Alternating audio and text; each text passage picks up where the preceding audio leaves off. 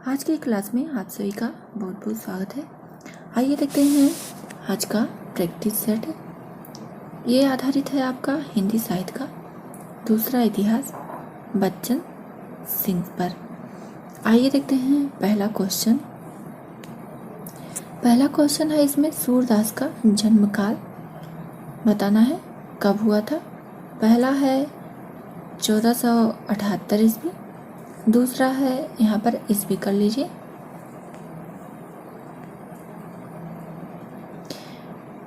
1581 ईस्वी, तीसरा है 1476 ईस्वी और चौथा है 1473 ईस्वी। इसमें राइट आंसर क्या होगा आप सबको बताना है। यहाँ पर आपका राइट आंसर हो जाता है ऑप्शन नंबर 1 1478 ईस्वी सूरदास का जो है जन्म का समय है। आइए देखते हैं क्वेश्चन नंबर दूसरा है आपका ये। संत कवियों में कबीर के बाद के कवि वैसे ही दिखाई पड़ते हैं जैसे चंद्रोदय के बाद नक्षत्र मालिकाएं। यह कथन किसका है बताना है। पहला है शुक्ल जी, दूसरा है बच्चन सिंह, तीसरा है डॉक्टर नगेंद्र और चौथा है नामवर सिंह। इसमें राइट आंसर क्या होगा बताना है। ये बहुत ही महत्वपूर्ण कथन है कबीर दास जी के ऊपर। इसको याद करते हुए और नोट करते हुए चलना है आप सभी को। और जो लोग इस वीडियो को सब्सक्राइब नहीं किए हैं सब्सक्राइब कर लें। आइए देखते हैं यहाँ पर आपका राइट आंसर होता है ऑप्शन नंबर 2 बच्चन सिंह। बच्चन सिंह का कथन है संत कवियों में कबीर के बाद के कवि वैसे ही दिखाई पड़ते हैं जैसे चंद्रोदय के बाद नक्षत्र मालिकाएं। देखिए आपका बहुत ही इम्पोर्टेंट और महत्वपूर्ण कथन है। आगे देखते हैं क्वेश्चन नंबर 3। सूफी कवियों में भी एक ही कवि हैं जैसी शेष लकीर के फकीर हैं। देखिए यह कथन किसका है आप सबको बताना है। राइट आंसर क्या होगा। पहला शुक्ल जी का है, दूसरा बच्चन सिंह, तीसरा डॉक्टर नगेंद्र, चौथा हजारी प्रसाद द्विवेदी। इसमें बताना है कि सूफी कवियों में भी एक ही कवि हैं जैसी शेष लकीर के फकीर हैं। मतलब और सब जो कवि हैं वह सब लकीर के फकीर हैं। आइए देखते हैं यहाँ पर राइट आंसर क्या होता है। यहाँ पर आपका राइट आंसर हो जाता है बच्चन सिंह ऑप्शन नंबर 2। इसको याद करते हुए और नोट करते हुए आप सभी को चलना है। ये सारे क्वेश्चन हिंदी साहित्य का दूसरा इतिहास पर ही आधारित है, उसी से ये सारे क्वेश्चन बनाए गए हैं। आगे देखते हैं क्वेश्चन नंबर 4। राम भक्ति काव्य में तुलसी के बाहर जो कुछ है वह निस्तेज है, निष्प्रभ है। यह कथन किसने कहा है। देखिए यह कथन भी आपके लिए महत्वपूर्ण है, तो आप लोग नोट करते हुए चलिए। पहला है राहुल सांकृत्यायन ने, दूसरा हजारी प्रसाद द्विवेदी ने कहा है, तीसरा है बच्चन सिंह ने, चौथा है शुक्ल जी ने। तुलसी जी के बारे में यह कथन किसका है। बहुत ही महत्वपूर्ण कथन है, आप लोग नोट करते हुए चलिए। ठीक, इसको नोट करते हुए आप लोग चलिए आगे देखते हैं क्वेश्चन नंबर 5। सुर की रचना इतनी प्रगल्भ और काव्यपूर्ण है कि आगे होने वाले कवियों की उक्तियां सुर की झूठी मालूम पड़ती हैं। यह कथन किसका है बताना है। हजारी प्रसाद द्विवेदी, दूसरा है बच्चन सिंह, तीसरा है शुक्ल जी और चौथा है राहुल सांकृत्यायन का। बताना है, बड़ा ही महत्वपूर्ण ये कथन है। तो परीक्षा की दृष्टि से यह सारे प्रश्न आपके लिए समझ लिए बहुत ही महत्वपूर्ण साबित होने वाले हैं, तो आप लोग इसको याद करते हुए नोट करते हुए चलिए। आइए देखते हैं इसका राइट आंसर। इसका राइट आंसर हो जाता है आपका शुक्ल जी ऑप्शन नंबर 3। आप लोग इसको नोट कर लीजिए। आगे देखते हैं क्वेश्चन नंबर 6। सुर के पद इतने परिष्कृत और अनुशासनबद्ध हैं कि वह किसी चली आती हुई गीत काव्य परंपरा का, चाहे वह मौलिक ही रही है, पूर्ण विकास सा प्रतीत होते हैं। देखिए, बहुत ही महत्वपूर्ण यह कथन है, तो आप लोग इसको नोट करते हुए चलिए। ठीक है, सारे प्रश्न ये आपके हिंदी साहित्य का दूसरा इतिहास पर ही आधारित है। तो जिनके पास बुक है वो अपना आकलन करें, जिनके पास ये बुक नहीं है तो प्रश्न के साथ उसका उत्तर लिखते हुए अपने नोटबुक में चलें। आइए इसका देखते हैं राइट आंसर क्या होता है। तो इसका राइट आंसर हो जाता है आपका ऑप्शन नंबर 1, बच्चन सिंह। यह कथन जो है बच्चन सिंह का है। आगे देखते हैं क्वेश्चन नंबर 7। सुर सरावली और यहाँ पर रहेगा साहित्य लहरी, यहाँ पर कर लीजिएगा साहित्य लहरी को किसने अप्रमाणित माना है। बताना है, इम्पोर्टेंट है ये आपके लिए, ये नए क्वेश्चन के रूप में देखने को मिल सकता है आपको एग्जाम में। तो देखते हैं, पहला ऑप्शन है इसमें मिश्र बंधु, दूसरा है रामचंद्र शुक्ल, तीसरा है नंद दुलारे वाजपेयी, चौथा है ब्रजेश्वर वर्मा। आपको बताना है कि सूरदास की इन दो रचनाओं को किसने अप्रमाणिक माना है। यहाँ पर राइट आंसर क्या होगा बताना है। यहाँ पर आपका राइट आंसर हो जाता है ब्रजेश्वर वर्मा। ब्रजेश्वर वर्मा हैं जिन्होंने सुर सरावली और साहित्य लहरी को अप्रमाणिक माना है। आगे देखते हैं क्वेश्चन नंबर 8। सुर सागर में कितने पद और कितने स्कंध शामिल हैं। पहला है 5000 पद और 12 स्कंध, दूसरा है 4000 पद और 12 स्कंध, तीसरा है 5000 पद जो है और 16 स्कंध, इसमें चौथा है आपका 5000 पद और 24 स्कंध। इन चारों ऑप्शन में आपको बताना है कि सुरसागर के पद और स्कंद में कौन सा शामिल है या सही है। आप लोगों को यहाँ पर राइट आंसर देना है। आप लोग कमेंट बॉक्स में अपना आंसर दीजिए।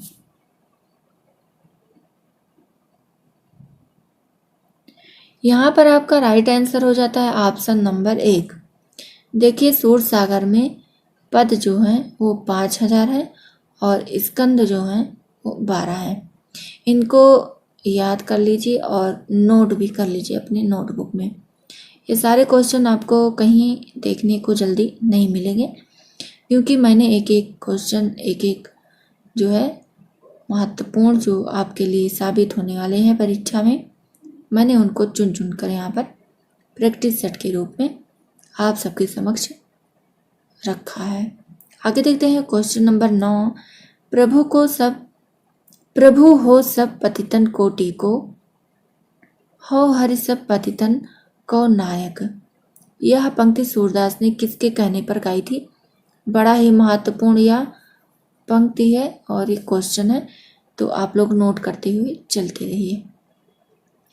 देखते हैं, इसमें पहला है रायदास, दूसरा है बल्लभाचार्य, तीसरा है इसमें विठलनाथ और चौथा इसमें रामानंद। इसमें बताना है, प्रभु हो सब पतितन को टीको, हो हरि सब पतितन को नायक। इसमें आपको राइट आंसर बताना है क्या होगा।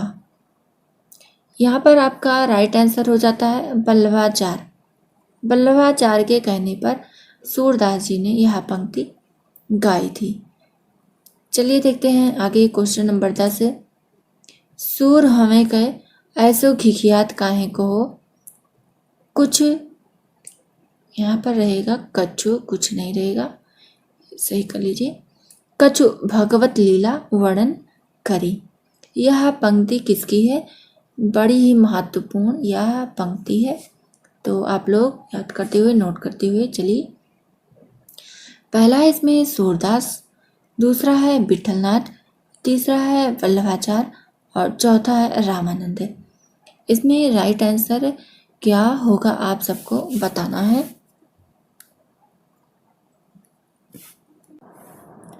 यहाँ पर आपका राइट आंसर हो जाता है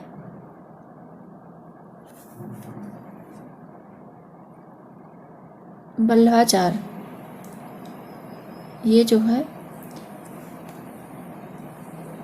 जब सूरदास जी ने यह पंक्ति गाई, प्रभु हो सब पतितन कोटि को, हो हरि सब पतितन को नायक, तो वल्लभाचार्य को यह पंक्ति पसंद नहीं आई और फिर उन्होंने कहा कि सूर होय के ऐसो खिखियात काहे को है, कछु भगवत लीला वर्णन करो। कहते हैं वल्लभाचार्य कि ऐसे क्यों खिखिया रहे हो, कुछ भगवत लीला का वर्णन करो। तो वहीं से सूरदास जी जो है कृष्ण जी के बारे में वर्णन करना शुरू कर देते हैं। तो ये जो है पंक्ति है आपका वल्लभाचार्य की। आगे देखते हैं, इसका है क्वेश्चन नंबर 11। पुष्टि मार्ग का जहाज जात है, सो जाको कछु लेना हो सो लेओ। किसकी मृत्यु पर विठलनाथ ने यह पंक्ति कही। ये बड़ा ही महत्वपूर्ण क्वेश्चन है और आप लोग को ये परीक्षा में देखने को मिला होगा और प्रैक्टिस सेट में तो आप देखे ही होंगे इस प्रश्न को। पहला देखते हैं, इसमें हित हरिदास है, दूसरा है वल्लभाचार्य, तीसरा है सूरदास और चौथा है रामानंद। यह पंक्ति जो है किसकी मृत्यु पर जो है विठलनाथ ने कही थी। तो आपको बताना है यहाँ राइट आंसर क्या होगा। यहाँ आपका राइट आंसर हो जाता है सूरदास। सूरदास जी की मृत्यु पर विठलनाथ ने यह पंक्ति कही थी। आगे देखते हैं, क्वेश्चन नंबर आपका होता है 12। सूर सागर के विनय के पदों को किस स्कंध के भीतर रखा गया है। बड़ा ही महत्वपूर्ण प्रश्न है। पहला है 10वें स्कंद में, दूसरा है प्रथम स्कंद में, तीसरा है 12वें स्कंद में और चौथा है चौथे स्कंद में। देखिए यहाँ पर बताना है कि सूर सागर के विनय के पद जो हैं वो किस स्कंद में है। बताना है आपको किस स्कंद में है। सूर सागर में आपके कुल 12 स्कंद हैं। आपने आगे के क्वेश्चन में जो है पढ़ा। तो यहाँ पर आपको बताना है क्या होगा राइट आंसर। यहाँ पर आपका राइट आंसर हो जाता है प्रथम स्कंद में। प्रथम स्कंद में इनके विनय के पद को आप देख सकते हैं। आइए देखते हैं क्वेश्चन नंबर 13। अष्टछाप की स्थापना किसने की थी। पहला है वल्लभाचार्य, दूसरा है विठलनाथ, तीसरा है सूरदास और चौथा है आपका छीत स्वामी। यहाँ पर बताना है राइट आंसर क्या होगा।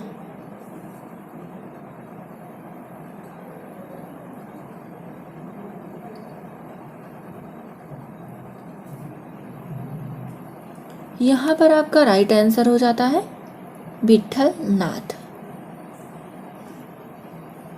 आगे बढ़ते हैं, क्वेश्चन नंबर 14 है।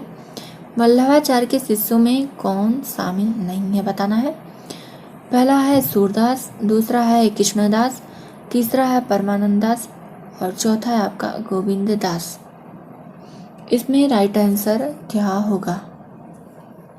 यहाँ पर आपका राइट आंसर हो जाता है गोविंद दास। आगे देखते हैं क्वेश्चन नंबर 15। विठलनाथ के शिष्यों में कौन कौन शामिल है बताना है। पहला है नंददास, दूसरा है चतुर्भुज दास, तीसरा है छीत स्वामी और चौथा है आपका उपर्युक्त सभी। इसमें राइट आंसर क्या होगा। यहाँ पर आपका राइट आंसर हो जाता है उपर्युक्त सभी। ये सभी जो है शामिल है विठलनाथ के शिष्यों में। आगे देखते हैं राइट आंसर इसमें क्या होगा। क्वेश्चन नंबर 16 देखते हैं। वल्लभाचार्य के शिष्यों की जीवनी किस रचना में मिलती है? पहला है परमानंद सागर, दूसरा है 84 वैष्णव की वार्ता, और तीसरा है सूर सरावली, और चौथा है आपका 200 वैष्णव की वार्ता। इसमें बताना है वल्लभाचार्य के शिष्यों की जीवनी किस रचना में मिलती है। यहाँ पर आपका राइट आंसर हो जाता है 84 वैष्णव की वार्ता। 84 वैष्णव की वार्ता में वल्लभाचार्य के शिष्यों की जीवनी मिलती है देखने को। आगे देखते हैं क्वेश्चन नंबर 17। विट्ठलनाथ के शिष्यों की जीवनी किस रचना में मिलती है बताना है। रस मंजरी में, 84 वैष्णव की वार्ता में, तीसरा है आपका 200 वैष्णव की वार्ता में, और चौथा आपका परमानंद सागर में। बताना है इसमें राइट आंसर क्या होगा क्वेश्चन नंबर 17 में।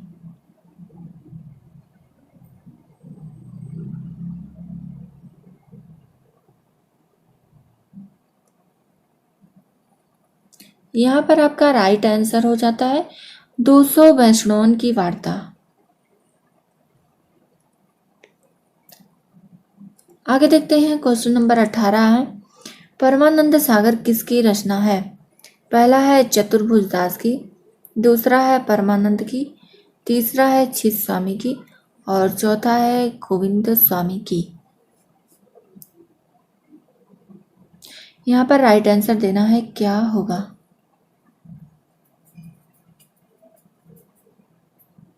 यहाँ पर आपका राइट आंसर हो जाता है परमानंद की। परमानंद की रचना है परमानंद सागर। रचना और रचनाकार के नाम मिल रहे हैं। आगे देखते हैं क्वेश्चन नंबर 19 से। सूर की गोपियां सरल सहज हैं और नंददास की पंडित। सूर की भाषा ठेठ ब्रजी है और नंददास की संस्कृत निष्ठ ब्रजी। इसमें बताना है यह कथन किसका है। बड़ा ही महत्वपूर्ण क्वेश्चन है ये, आप लोग इस कथन को नोट कर लीजिए अपने नोटबुक में। पहला इसमें राहुल सांकृत्यायन, दूसरा है डॉक्टर नगेंद्र, तीसरा है शुक्ल जी, और चौथा है बच्चन सिंह। तो इसमें आपका राइट आंसर क्या होगा बताना है आप सबको।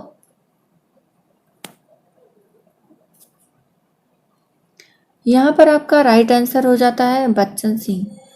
बच्चन सिंह की बड़ी ही महत्वपूर्ण यह पंक्ति है।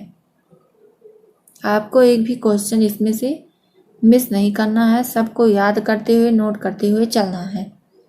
आगे देखते हैं क्वेश्चन नंबर 20 में। नायक नायिका भेद पर आधारित ग्रंथ कौन सा है? पहला है रूप मंजरी, दूसरा है भ्रमर गीत, तीसरा है आपका रस मंजरी, और चौथा है निकार्थ मंजरी। इसमें राइट आंसर क्या होगा बताना है आप सबको।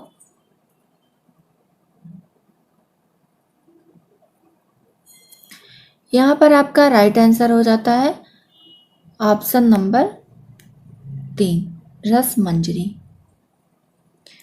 तो आज की क्लास जो है आपकी समाप्त होती है। टोटल आपके 20 क्वेश्चन थे। अपने सभी साथी मित्रों को शेयर कर दीजिए।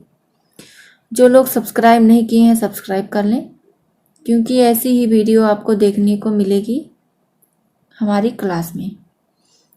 अभी हिंदी साहित्य का दूसरा इतिहास बच्चन सिंह का जब कंप्लीट हो जाएगा तो हम आगे जो है इसी तरह के प्रैक्टिस सेट अन्य जो मूल किताबें हैं उनसे